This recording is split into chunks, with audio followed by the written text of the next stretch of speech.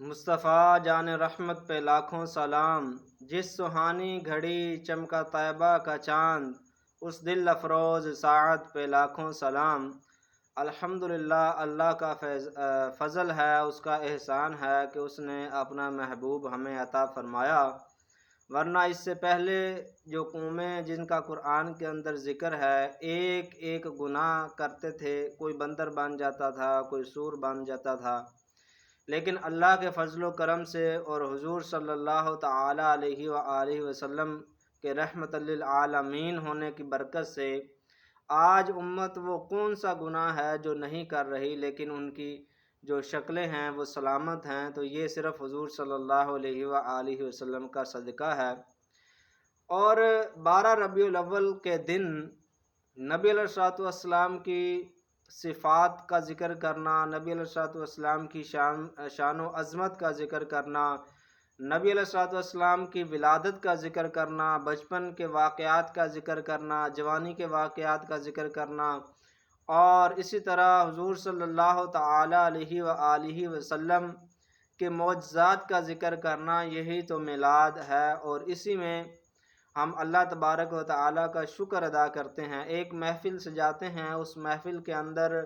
نعت ہوتی ہے، تلاوت ہوتی ہے، حمد و ثنا ہوتی ہے، حضور صلی اللہ تعالیٰ علیہ وآلہ وسلم کا ذکر خیر ہوتا ہے، اور یہی میلاد ہے۔ اور ہمارے جو علماء ہیں وہ فرماتے ہیں کہ ہمارے نزدیک میلاد شریف کی مجالس سجانا اور میلاد شریف کے جو اپنا مجالس ہیں ان کا انعقاد کرنا یہ مستحب ہے، نہ فرض ہے۔ نہ ہم میلاد منانے کو فرض سمجھتے ہیں، نہ واجب سمجھتے ہیں، نہ سنت مؤکدہ، نہ سنت غیر مؤکدہ، ہم اس کو مستحب سمجھتے ہیں۔ اور اب کوئی جو ہے جو علم سے عاری ہے، جو علم یتیم ہے، وہ یہ کہے کہ ہمیں جی قرآن سے دکھاؤ کہ میلاد کہاں لکھا ہے، تو بھائی پہلے تو یہ بھی دیکھو کہ ہمارا دعویٰ یہ ہے کہ ہم میلاد منانے کو مستحب سمجھتے ہیں، تو پہلے تو ہمیں یہ بتاؤ کہ مستحب ثابت کرنے کے لیے کس قسم کی دلیل کا ہونا ضروری ہے۔